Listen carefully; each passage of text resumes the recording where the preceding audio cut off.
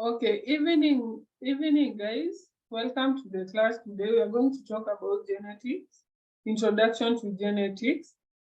So we'll start with the definition of the term genetics.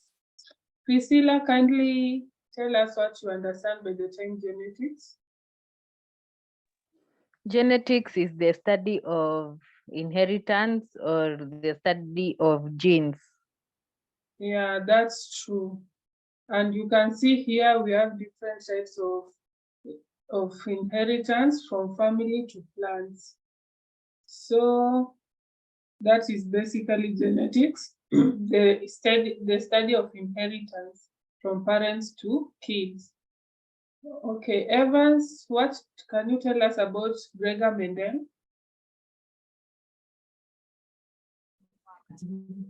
Okay, what I can say about Gregor Mendel is that despite the fact that Gregor Mendel was an Austrian monk, he was a father. He was so much perplexed with biology to the extent he took time to experiment on plants. So I think he was very keen. That's why he found out some of the distinguishing characteristics in pea plants, like the wrinkles, the wrinkled seeds and the smooth seed coat. He also found the yellow pink coat and the green pink coat, which was basis of his contrasting characteristics in pea plants. And I think that is the reason why he's regarded as the father of genetics. Yeah, that is true. And Mendel worked with seven other different traits to crossbreed his plants. Can you tell us more about that, Evans?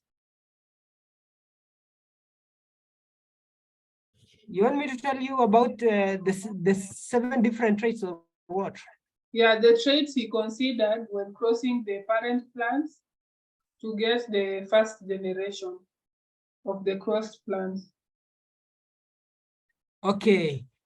When doing breeding in plants, Yeah. we know that there is what we know as the F1. The F1 is the short form for filial generation 1.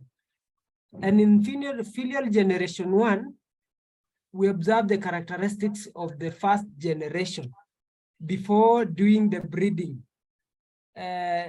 When breeding is done, some of these characteristics that Mendel identified, like the seed shape and color, the seed coat color, the pod shape, as well as the flower position and plant height, these were some of the parameters that changed from the filial generation 1 to the second filial generation, that is F2.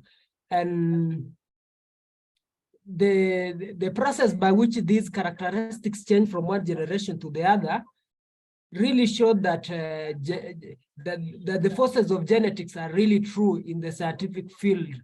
And these were the factors that were driving the change of generations from the first generation to the second generation. For instance, if the first seed that he planted, the seed coat color was yellow, and then the seed coat color for the next generation, which is filial generation 2, would be, let us say, green.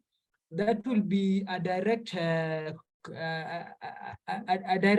inference from genetics that there is some probability of genes changing from the first generation to the second generation. That is it.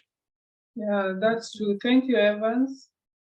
So here we have the traits that Mendel considered. Those were the seed shape and color, the seed coat color, the pod shape and color, flower position, and the plant height. He also talked about genes and dominance. Amy, tell us more about genes and dominance.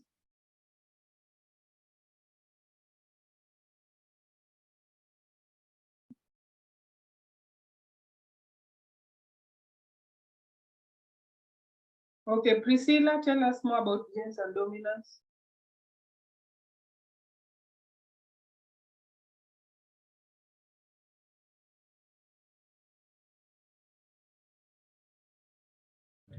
I think I can help. Okay. So when we come to the parameter of genes and dominance, we know that genes are transposable elements. And the fact that genes are transposable elements, it means that they are passed from one organism to the other, or they are passed from the parent to the offspring. So for a gene to be dominant, it means that that gene must be passed from the parent to the offspring. And if that gene is not passed, then that gene is not dominant. So genes are the basis of dominance. So characteristics are passed from one generation to the other through genes. And these genes can be observed. They can be observed as characteristics. And when they are observed, we call them the phenotypes. So in other words, genes can also be said to be the reason behind phenotypes. Okay, that is true. So here we are seeing the way genes are characterized. We have different hair colors and the height of two different people. Some are tall, some are short, okay? So Mendel called just like what Evans has explained about the crossbreeding in plants. So Mendel decided to take the first plant he wanted to cross and name this the parent generation. So he crossed those two plants to give an F1 generation, which is the offspring of the parent generation. So those first generation were called the hybrids because they had more characteristics compared to the parent plants. So here in this picture, it is showing us how Mendel crossed his plants and obtained the first generation from the parents. You can see the way he crossed. Okay. Then Mendel concluded that inheritance is determined by the factors that are passed from the one generation to the next, which are parents to kids or children. Then the chemical factors that determine the traits are called genes. So genes, like just like Evans has said, it has to be transferred from the parents to the kids for it to be inherited. Then the different form of genes of the same gene are called alleles. An example of these genes are height, then alleles are tall versus short. Then the principle of dominance, according to Mendel, he said that some alleles are dominant and some alleles are recessive. The dominant one, they will show, while the recessive ones will be suppressed by the dominant genes. So Evans, take us through this slide.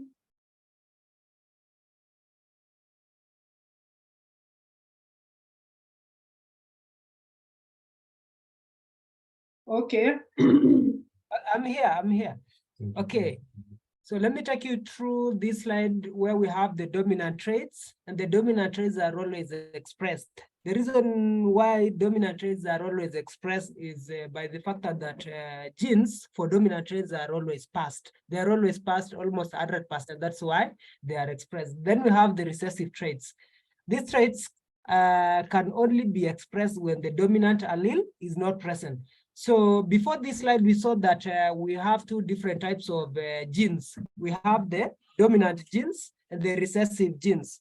So dominant genes, all their alternative forms are passed. So the fact that all the alternative forms of dominant genes are passed, then the dominant traits have a high chances of expression. That is 100% chance of expression. That's why we call them the dominant traits. And then the recessive traits, they can only be expressed. I'm looking for this term. Well, let us say a capital T and a capital T. When a capital T and a capital T forms as the forms of a gene are passed, then it means that in the offsprings, we will have these genes being expressed. That's why we call them the recessive traits. So recessive traits can only be expressed when they can only be expressed when the alternative form is is expressed through a factor of expression which increases their expressibility. That's it. Yeah, that is true. Thank you, Evans. So we have understood what is a dominant trait and a recessive trait, just like Evans said. So Mendel, after crossing the first generation, the parent generation, to get the first generation, the recessive traits from the parent generation were not shown in the first generation of the plant's growth. So Mendel decided to cross those generations again to see if the recessive traits will show. So here, it shows that in this picture shows how Mendel decided to cross the first generation hybrids to produce the F2 generation to see if those recessive traits from the parent generation will show in the F2 generation. So here is a picture. You see Mendel crossed a tall plant and a short plant, but he got only tall plants. Then he decided to cross the F1 generation, which were tall plants, but he still got those tall plants. So he decided that, okay, after crossing the F1 generation, he got three tall plants from the F2 generation and one short plant, meaning those recessive genes from this parent generation were shown in the F2 generation. Okay? I think that is all for today. In our next class, we'll be discussing more about how these genes are crossed, alleles, and their importance in our world today. Thank you for joining my class today, and I wish you all the best. Thank you, Mother. You're welcome. Thank you.